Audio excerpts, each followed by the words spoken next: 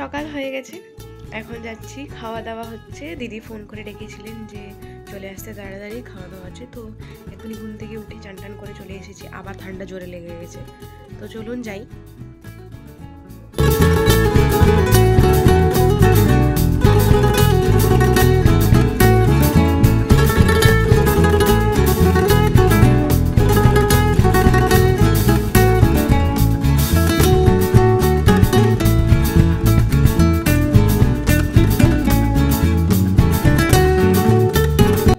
এসে গেছি আমি খেতে। সবাই আসলে আসেননি, সবাই ঘুমিয়ে আছেন, কেউ আসছে না।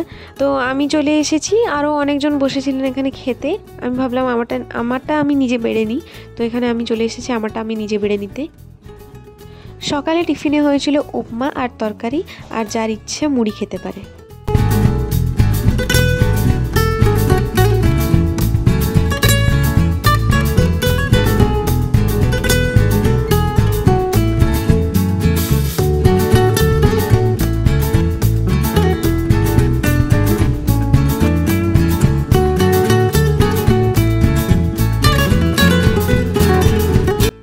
আমি তো খাবারটা নিয়ে বসে পড়েছি, সামনে জেঠুরাও খাচ্ছেন। আমি দিদিদেরকে ফোন করেছিলাম, ওনারাও আসছেন।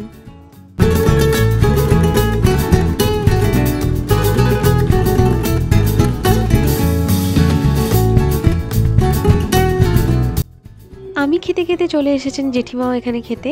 আর বাবাকে পিছনে দেখতে পাচ্ছেন, রিটায়ারমেন্টে যে দিদি দিয়েছিলেন আর স্যার দিয়েছিলেন যে কুর্তা সেটটা, ওইটাকে পরে এসেছেন। খাওয়া দাওয়া কমপ্লিট করে ভিতরে এসেছিলাম ঠাকুরকে দেখতে একটু। সারা রাত তো এমনিতে কীর্তন হয়েছে, তারপরে আমি আবার সকালে এসে দেখছি যে ঠাকুর কত সুন্দর দেখা যাচ্ছিলেন আজকেও।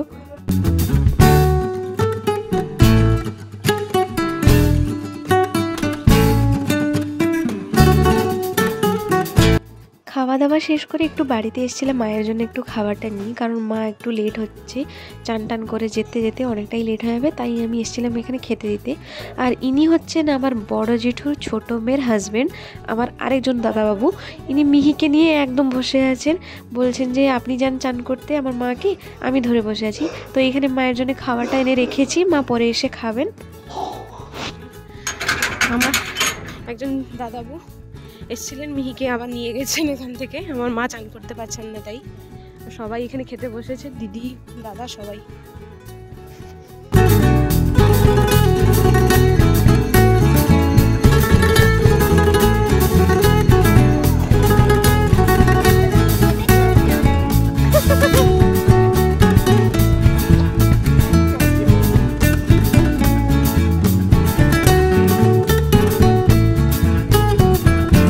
দেখতেই পাচ্ছেন আপনারা, সবাই খেতে বসেছেন। এদিকে দাদা বৌদি, এদিকে দিদি দাদা, তারপরে বৌদিরা সবাই একসঙ্গে খেতে বসে আছেন।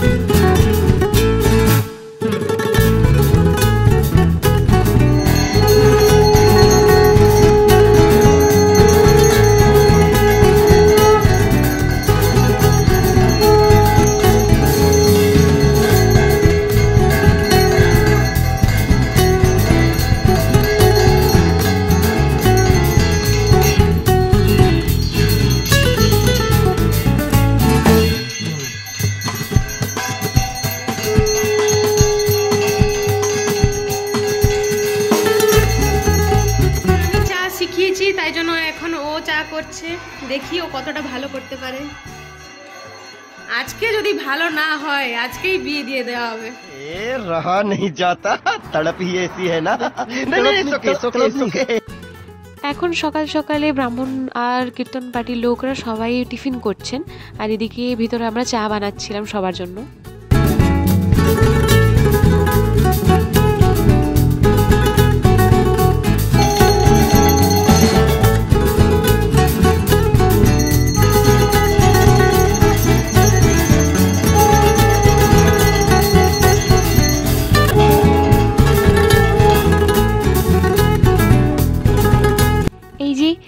হচ্ছেন আমার বড় জেঠুর ছোট মেয়ে, ইনি ভুবনেশ্বরে থাকেন, এখন এসছেন কিছুদিনের জন্য। হয়ে গেছে, প্রথম চাটা এই বানিয়েছিল, দারুণ হয়েছে সবাই বললেন। আবার চা বসেছে, চা বানানো হয়ে গেছে, আমাদের খালিও হয়ে গেছে, দুবার বানানো হলো, চা একদম খালি এখানে। আর এও খাচ্ছে, লাস্টে খেলো এ।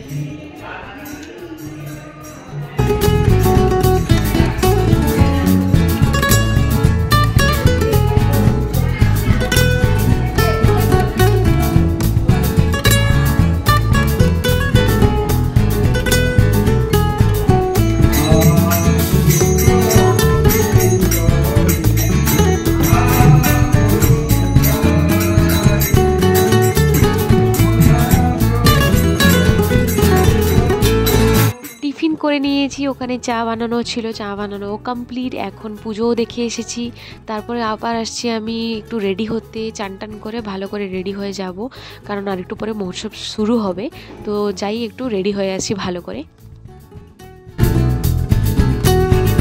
জাসমিন আমাকে হেল্প করেছে রেডি হতে একটু, এখন দিদিকে একটু হেল্প করছে। আর দাদা ফোন করেছিলেন যে দাদার মেয়ে যে অন্নপ্রাশন হবে বলেছিলাম, ও আজকে ওকে প্রসাদটা খাইয়ে দেওয়া হবে, পরশু দিন মানে পার্টিটা আছে।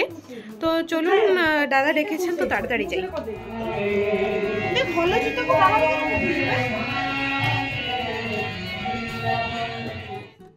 বাইরে এসে দেখছি যে বড় দিদি একদম রেডি, আর ভিতরে তো আমার একটা কুড়ে দিদি আছে, ও তো মানে রেডি হচ্ছে, 1 ঘন্টা ধরে রেডি হচ্ছে। তো ঠিক আছে আমরা যাই, কারণ দাদার মেয়ে অলরেডি পুজোতে বসে পড়েছে।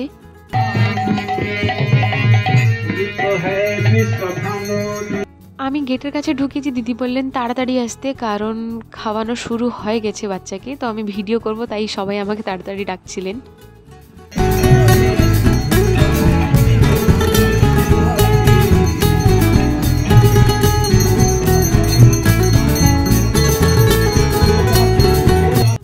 তানি প্রথমে মামার কোলে বসে আছে, প্রথমে মামা মামি খাওয়াবেন, তারপরে গিয়ে সবাই খাওয়াবেন।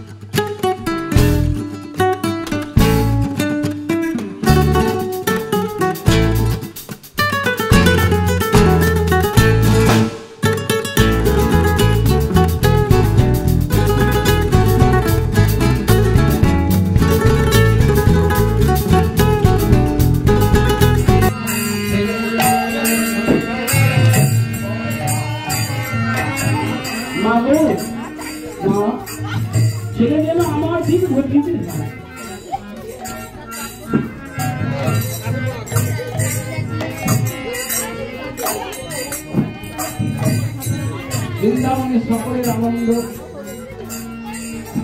স্বর্গে ধুমধুমি বাজে নাচেতে মগন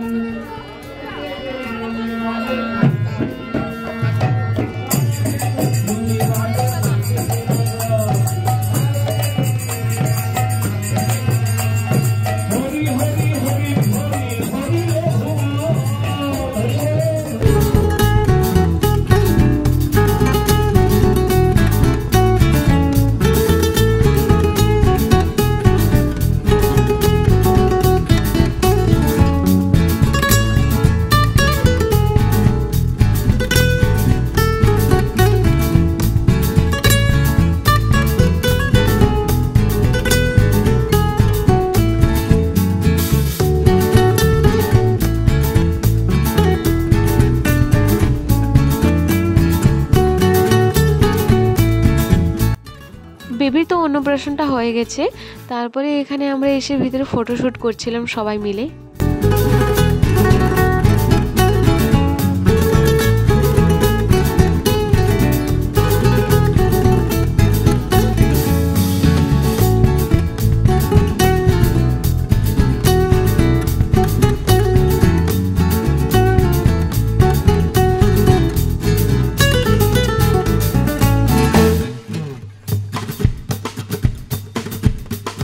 সবাই মিলে অনেকগুলো ফটো তুলে নিয়েছি, এবারে আমরা খেতে এসেছি।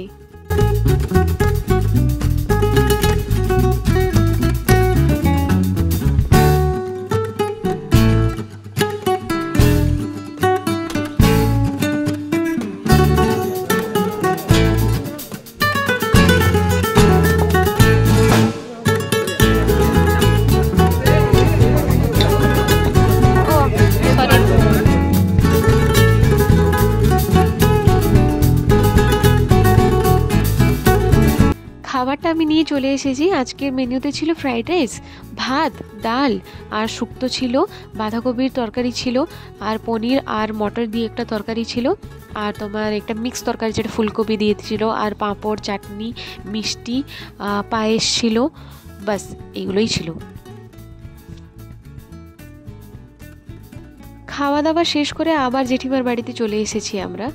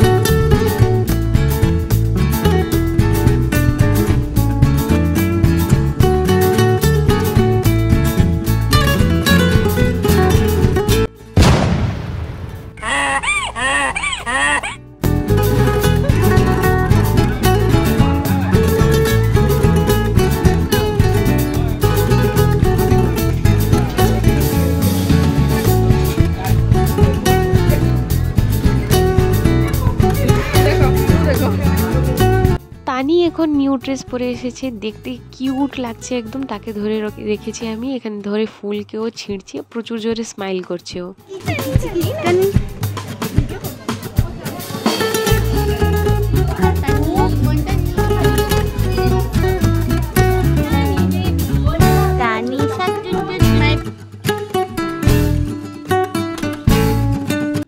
মৌসুম তো শেষ হয়ে গেছে, এখন বাজে 4টা, এখন ঠাকুরও চলে যাবেন।